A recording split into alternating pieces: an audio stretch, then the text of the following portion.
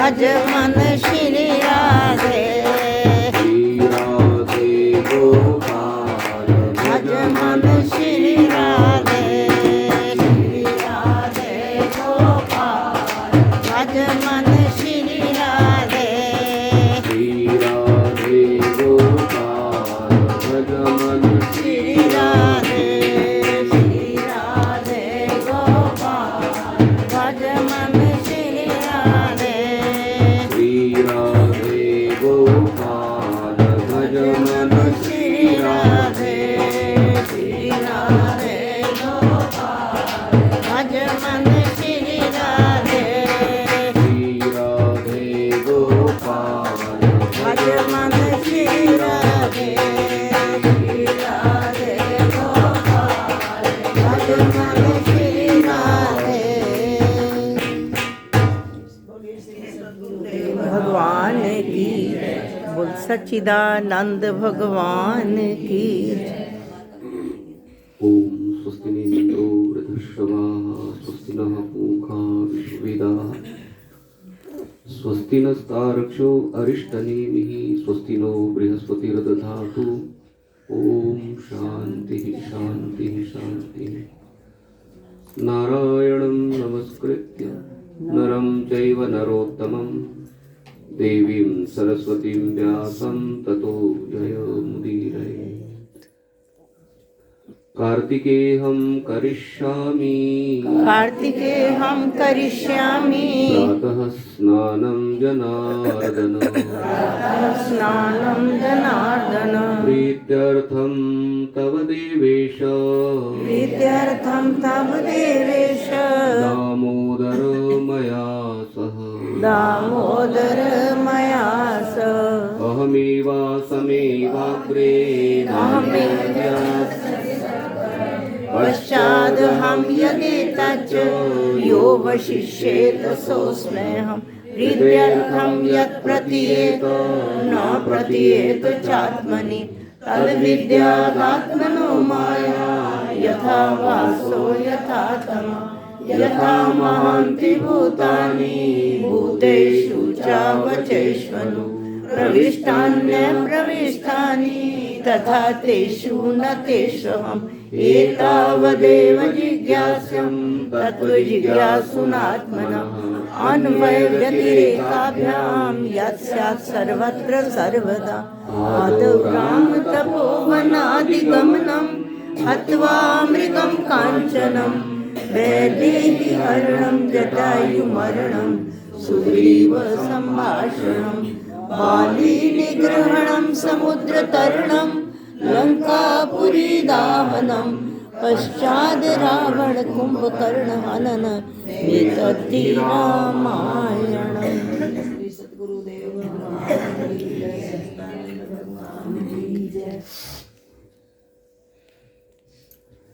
जय श्री कृष्ण जय श्री कृष्ण जय श्री राधे जय श्री राधे जय श्री कृष्ण जय श्री कृष्ण जय श्री राधे जय श्री राधे जय श्री कृष्ण जय श्री कृष्ण जय श्री राधे जय श्री राधे। भगवत चरणानुरागी भक्तवृंद, आज की ये दिव्य प्रभात फेरी ठाकुर जी के साथ में भक्तों के सान्निध्य में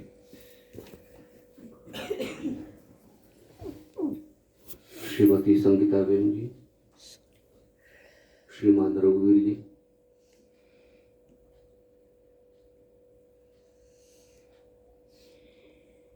हर्षा कन्हैया गीतू, सभी के परिवार की ओर से रिलेटिव भी आए, भूपेंद्र जी, सुबीरा में, सभी की ओर से ये प्रभात फेरी आंवले के वृक्ष के समीप में संपन्न होने जा रही है। आज आंवला नवमी है। इस आंवला नवमी को अक्षय नवमी भी कहते हैं, कुष्मांडा नवमी कहते हैं, धात्री नवमी कहते हैं।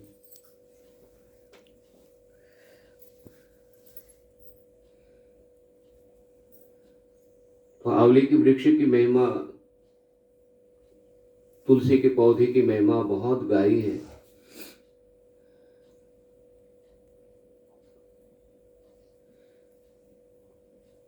कहते हैं कार्तिक मास की महिमा, या आंवले के वृक्ष की महिमा, तुलसी की महिमा मानव शरीर को छोड़कर किसी प्राणियों को भी श्रवण करने के लिए मिल जाती है तो उससे भी उनका उद्धार हो जाता है उस योनि से, कार्तिक महात्म्य का श्रवण करने मात्र से।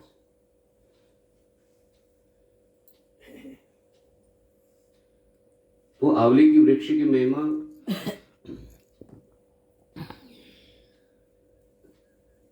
जिसमें जल ही जल था, उसमें कोई प्राणी नहीं थे, कोई नहीं थे, देवता भी नहीं थे, भगवान विष्णु और ब्रह्मा जी थे उसमें। तो ब्रह्मा जी ने भगवान विष्णु का ध्यान किया, जप किया। ध्यान मतलब देखो एकाग्र भाव से आप जप करते हो, ध्यान है। ध्यान करते समय भगवान की मूर्ति, अपने इष्ट देव की मूर्ति कहते हैं विग्रह, हृदय के अंदर में विग्रह होता है, यहाँ पर ध्यान होता है और वाणी से कहते धीरे धीरे जप होता है। भगवान का विग्रह अंदर हो और वाणी से जप हो, ये ध्यान है।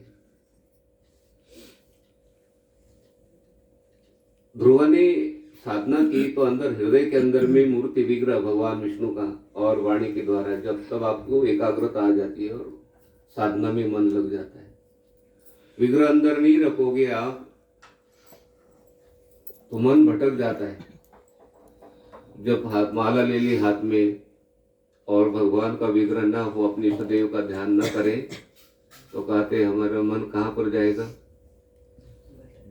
बुरा नहीं मानना, दूध वाला आएगा, ठीक है, काका का स्कूल जाने का समय हो गया, रिलेटिव आने वाले हैं, ऐसा जाएगा कि कहीं जगह जानते हमारा ऑफिस दफ्तर कहीं हम मान लो जहाँ जाम दुकान में जहाँ जहाँ जाम, तो मन कहाँ जाता कुछ पता नहीं चलता।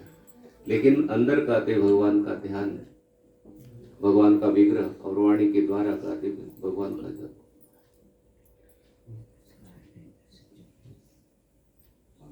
तो ब्रह्मा जी विष्णु भगवान का विग्रह अंदर है और ध्यान जप कर रहे हैं।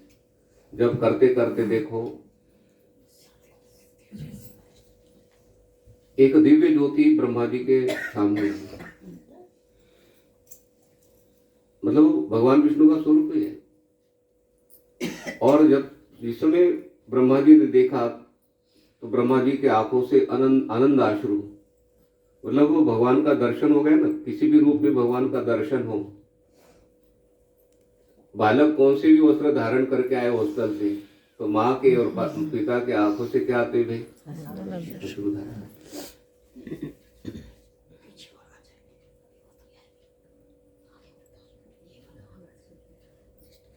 तो आनंद आश्रु बोलते हैं उसको। 6 महीने के बाद 8 महीने के बाद बेटी घर में आ गई तो माता पिता के आंखों से आनंद आश्रु होते हैं, दुखाश्रु नहीं, आनंद आश्रु है। और जो आनंद आश्रु गाते हैं वो पृथ्वी के ऊपर गिरे, और पृथ्वी के ऊपर गिरते ही गाते आंवले का वृक्ष फलों से लदा हुआ प्रकट, और फिर देवताओं की उत्पत्ति हुई, देवता प्रकट हुए। तो वह वृक्ष के पास गए सभी देवता लोग, वृक्ष बड़ा सुंदर लगता है, दिव्य लगता है, बड़े बड़े आंवले होते हैं ना लगे हुए वृक्ष को बहुत सुंदर लगता है। आप दर्शन करो आप आंवले के वृक्ष का, आपके भाव बदल जाते हैं। सामान्य नहीं, आंवले का वृक्ष भी भगवान के ब्रह्मा जी के आनंद आश्रु, और वो भी ध्यान करते हुए।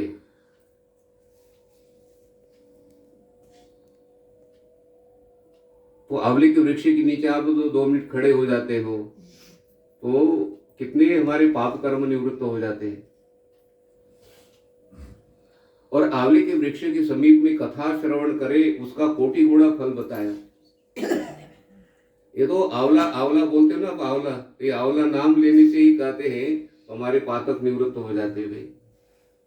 तुलसी के पौधे की पूजा नहीं करते, तुलसी का पौधा इतना ही बोल दे आपने, तुलसी दल, हमारी वाणी पवित्र हो गई है।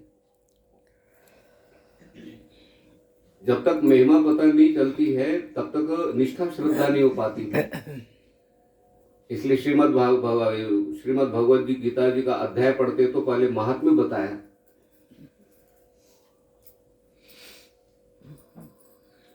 दो चैन है, एक पीतल की और एक सोने की है। तो आपको भी पता चल गया कि सोने की चैन है, 80,000 की है, महिमा पता चल गया। तो कहाँ रखोगे आप?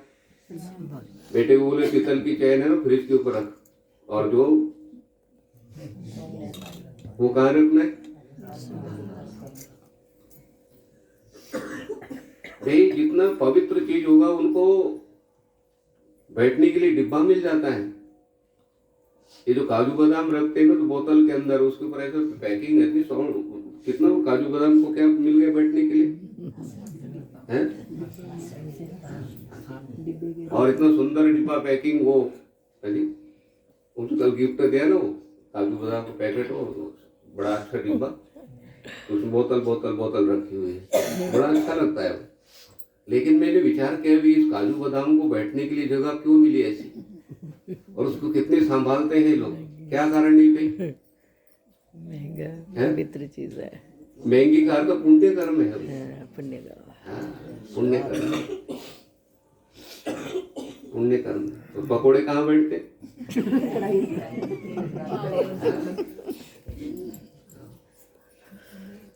पहले चाय के कप होते थे, वो पकड़ने के लिए होते थे, और जो प्लेट होती थी, प्लेट को तो लेटने के लिए बढ़िया मिल जाता है, और कप को टांग देते हो। तो कप को पूछा तुम्हें टांगा क्यों? बोले गरम गरम चाय पी लेता हूँ ना, और प्लेट ने कहा मैं ठंडी चाय करा के थोड़ी सी पिलाता हूँ, मुझे बैठने के लिए क्या मिलता है? श्वसन बोलते ना उसको। स्टैंड पर कैसे बैठते और कब लटकते? जितना ज्यादा पुण्य कर्म होगा उनको वैसा स्थान मिल जाता है। ठीक है, आइए अपने विषय पर आइए। तो आंवले की वृक्ष की महिमा कहते, वहां पर आप कथा श्रवण करते हो, कार्तिक महात्म्य श्रवण करते हो, तो कहते कोटि गुना फल बताया। आंवले के वृक्ष के नीचे जो भी सत्कर्म करते हैं उसका फल कोटि गुना बताया। कोटि गुना समझते हो? एक जगह 1 रुपया मिलता है, 1 करोड़ मिलते हैं, तो कौन सा पसंद करोगे आप? कितना जल्दी बोलते हो, करोड़ को कौन नहीं चाहता भी, है जी?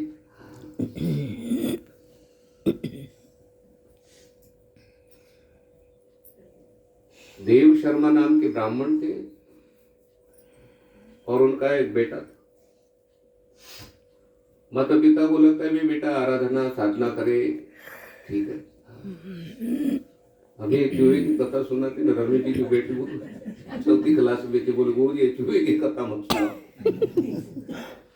मैंने बेटा ये चूहे की कथा नहीं है, वो देव शर्मा के बेटा है, ठीक है।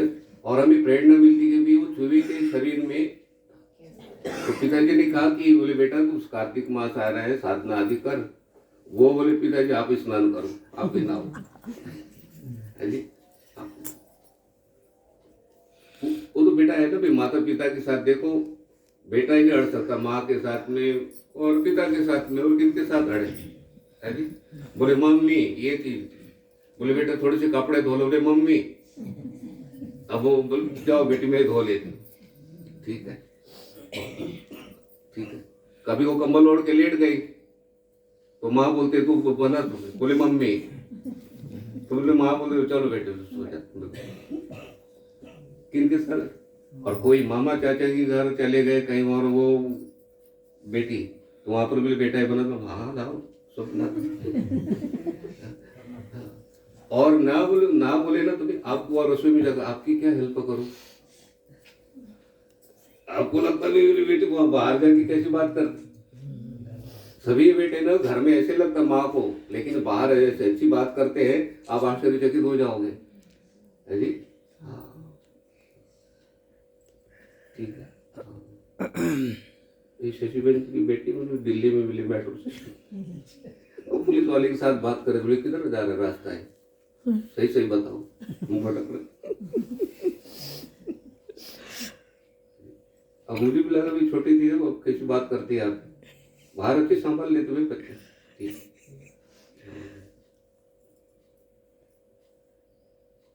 ये ये कन्हैया को ऐसे ही समझ लेते हम उधर घूमता रहता था, वाटिका लेता रहता था शहर। बच्चे है ना, खेलते खेलते चल जाते, मैंने पूरे कन्हैया इधर इधर। अब कुरुक्षेत्र में अच्छी बात करता है यूनिवर्सिटी में। आओ अपने विषय पर आइए। ये कभी कभी नाम लेता हूँ मैं, बच्चों को बहुत अच्छा लगता है, एक रोटी ज्यादा खाएंगे।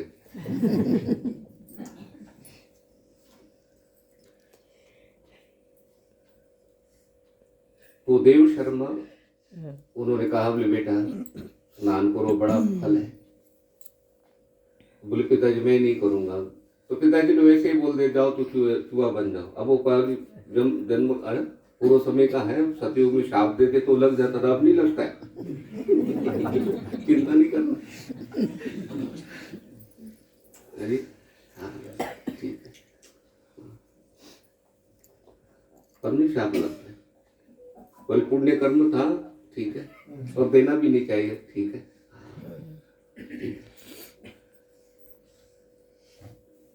शाप किसी को भी नहीं देना चाहिए। भी नारद मुनि ने शाप दिया था यमलार्जुन को, तो बद्रीनाथ में जाके साधना करनी पड़ी। कितना बोलो भगवान प्रभु उनकी बुद्धि को ठीक करो, ठीक है, उनका स्वभाव ठीक करो, ठीक है। कोई कुछ बोलते तो शाप थोड़ी बार बार सबको दे, है जी। हाँ।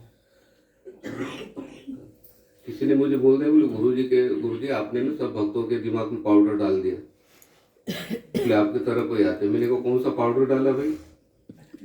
गीता रूपी पाउडर है, चतुश्लोकी भागवत है पाउडर, ठीक है। हाँ। देखो 1000 लोग आपको अच्छे बोल रहे हो, तो एक नहीं बोलता तो क्या हो गया? बासमती चावल में कंकड़ पत्थर एक आधा आ ही जाता है जी।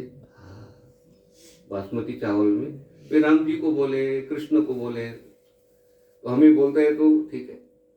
हाँ। सूर्य नारायण दिन भर प्रकाश देते हैं, तो शाम के समय में सारे मार्केट में खड़े होकर सूर्य भगवान की स्तुति करते हैं क्या? आज प्रकाश दिया, बोले प्रभु बहुत अच्छा हो गया। सूर्य नारायण को याद करते भाई, दिन भर प्रकाश देते हैं, उनको भी याद नहीं करते, ठीक है। हाँ। तो हम कौन सी गली के खेती के केड़े बाग दी बोली है, मैं नहीं बोलना चाहता हूँ।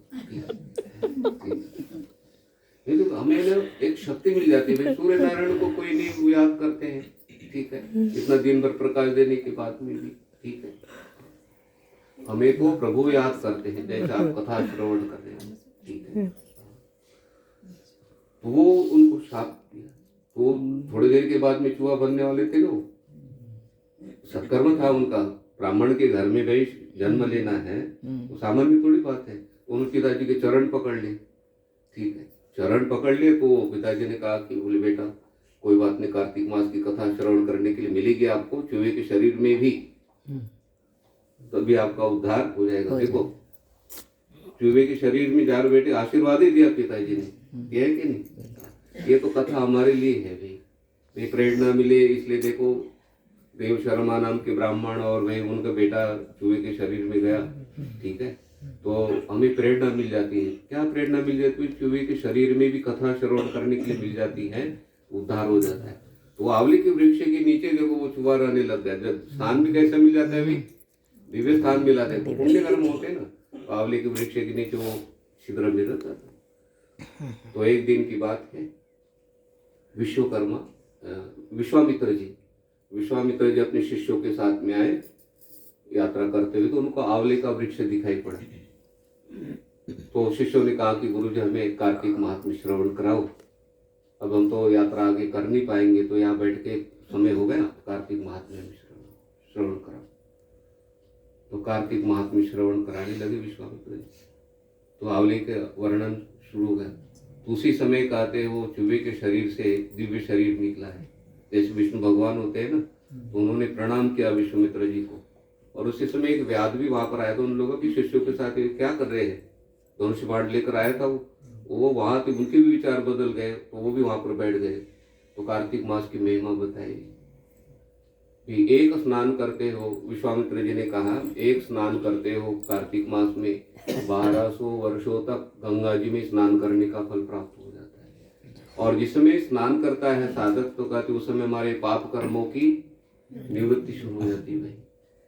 जिस समय भगवान का नाम लेते हो, भगवान की पूजा करते हो, उस समय हमारे पाप कर्म निवृत्त होने लगते हैं।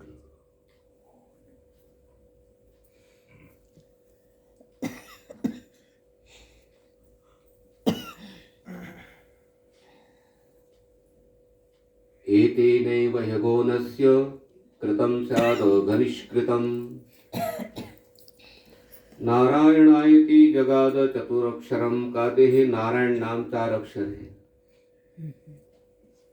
और नारायण नाम लेते ही ये कौन बोल रहे हैं? विष्णु के दूत बोल रहे हैं। जिस समय अजामिल ने नारायण का नाम लिया तो यमराज के दूत बोल रहे हैं, तो नारायण का नाम अपने बेटे का नाम लिया है। तो विष्णु के दूतों ने कहा कि भाई नारायण नाम लिया ना 4 अक्षर, उसी समय अजामिल के सारे पाप कर्म क्या हो गए? निवृत्त हो गए। सारे प्रायश्चित अजामिल ने कर लिए। ये विष्णु के दूत बोल रहे श्रीमद् भागवत जी में। ठीक है, तो नारायण नाम लिया, जगाद चतुरक्षरम। ये कहते हैं नारायण का नाम लिया ना, तो नारायण का नाम लेते ही इन्होंने सारे प्रायश्चित कर लिए, इनके पाप कर्म निवृत्त हो गए। तो इनके ऊपर हमारा अधिकार। जिनके पास ज्यादा पैसे हो, ज्यादा पुण्य कर्म, उनको कौन नहीं चाहता है भाई? बोलो, कौन नहीं चाहता है? आप बड़ी दुकान में चले जाने, अरविंद का दुकान है, अरविंद टीवी फ्रिज वाले सब, वहाँ बोलना मैं 1 लाख के ऊपर टीवी दिखाऊं, 2-3 नौकर आपके पास में आ जाएंगे और आपको बैठे बैठे यहाँ पे अभी आपको दिखाते हैं। क्यों? बोलो। और आप बोलना वहाँ पे कुछ नहीं लेना कि हम तो ऐसे चक्कर लगाने आए। एसी चल रही थी आपकी, बाहर खड़ी तो चलो थोड़ा घूम के आते। बोलो।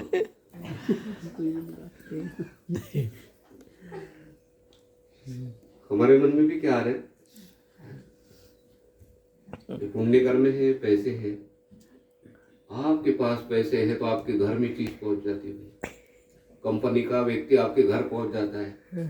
ठीक है, कंपनी की गाड़ी आपके पास पहुंच जाती है। क्यों? आप अभी फोन करना, गाड़ी आपके कमरे के सामने गाड़ी खड़ी हो जाएगी, बाबूजी बाबूजी बैठो, अटैची भी रख देंगे वो। क्यों भाई? और ऑटो वालों को बोलेंगे हम 10 रुपए कम देंगे। अटैची भी बोलो। हाँ, ठीक है, बुरा नहीं मानना। पुण्य कर्म है तो सब चाहते भाई।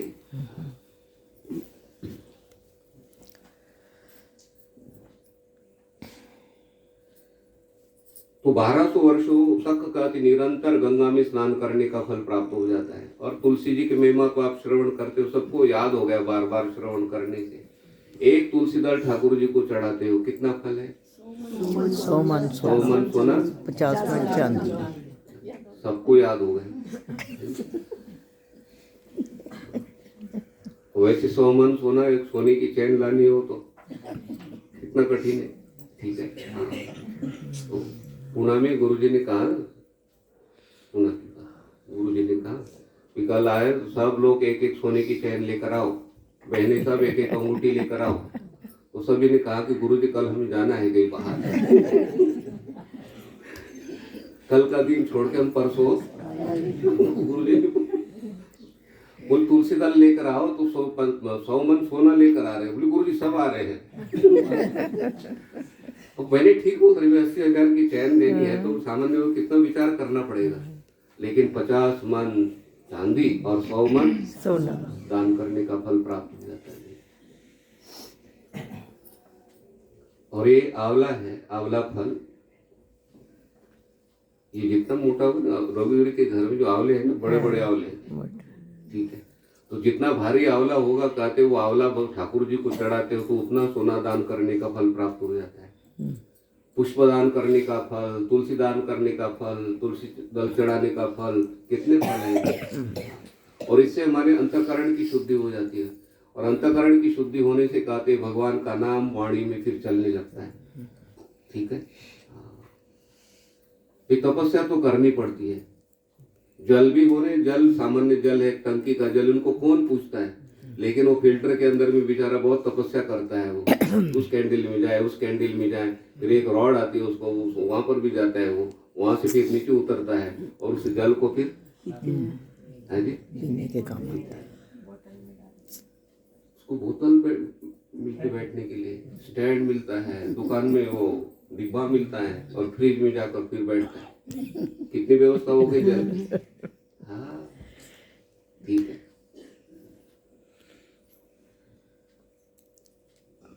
नहीं तो उस जल को कौन चाहता है। ठीक है, तो तपस्या है भाई।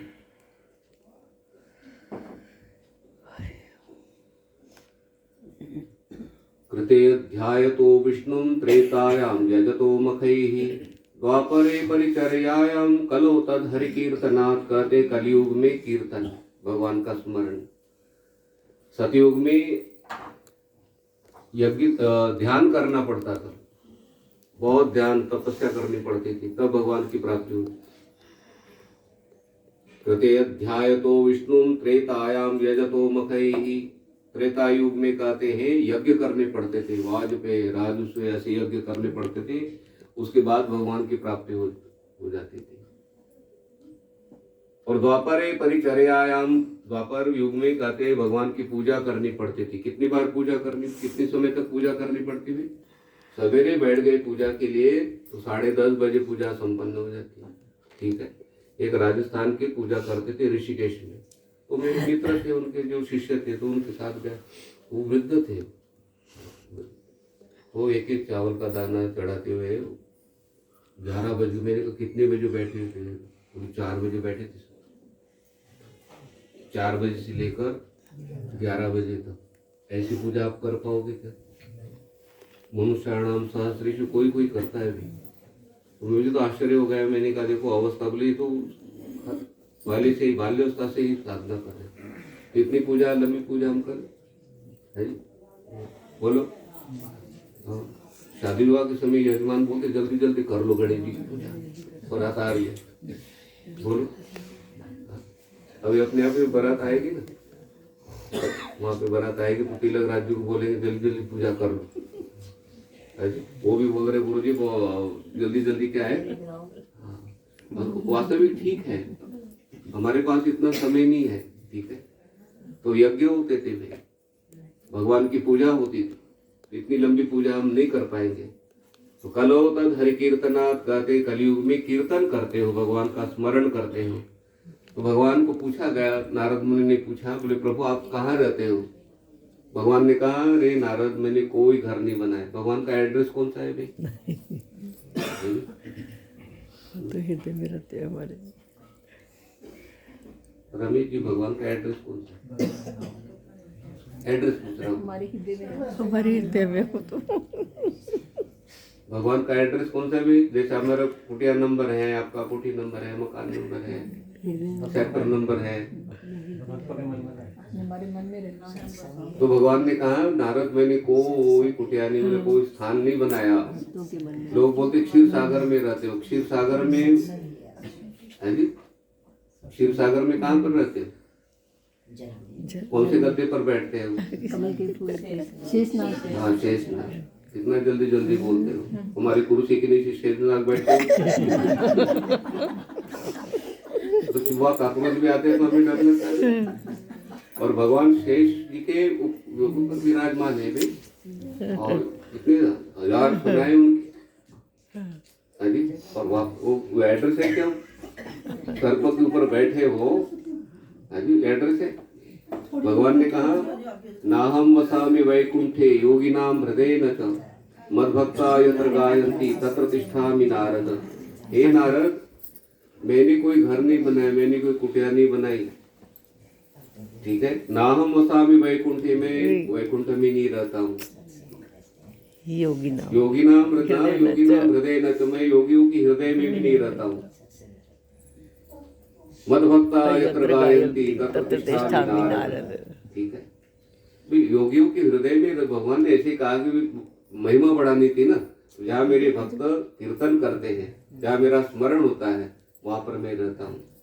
और पांडव गीता में कहा कि आप कृष्ण नाम लेते हो, हरि का नाम लेते हो, वहां पर नैमिषारण्य, कुरुक्षेत्र, सारे तीर्थ उपस्थित हो जाते भाई। हाँ, पांडव गीता में कहा कि आपने नारायण नाम लिया, कृष्ण नाम का उच्चारण किया, तो कहते उसी समय सारे तीर्थ क्या है उपस्थित हो जाते हैं।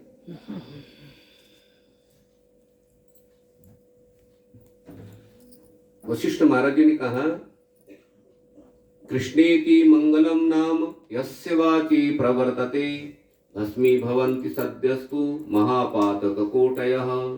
जिनके जिह्वा पर कृष्ण नाम आ गया कहते हैं उनके महापातक क्या हो जाते भाई, नष्ट हो जाते हैं।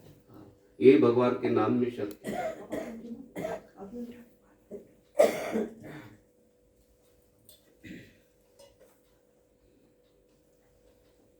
यस्य स्मरण मात्रेण जन्म संसार बंधनात्। कितने प्रमाण हैं, ठीक है। तो आप परिवार में रहते हुए, घर में रहते हुए, वस्तुओं को संभालते हुए, अपने व्यापार को संभालते हुए, सर्विस करते हुए करके भगवान का स्मरण करना है, ठीक है। कभी भी नहीं सोचना भी हिमालय में जाकर तपस्या करेंगे, ठीक है। कभी कभी लगता है मन में भी घर में ना क्या करना है, लोग चले जाएंगे बस हिमालय में चले जाएंगे, नहीं जाना है बस गृहम तपोवनम, ठीक है। एक बहन ज्यादा दुखी हो, बोले गुरुजी मुझे ना हिमालय में पत्थर ही बना दे भगवान। मैंने कहा क्या करोगे बहन पत्थर बन के वहां पे। कभी कभी मन में आता है ना, कभी कभी मन में ज्यादा दुख होता है और चारों तरफ से ना ऐसा लगता है भी, लेकिन कभी नहीं लाना। गृहम तपोवनम, अपने घर में जैसा सुख है, ठीक है।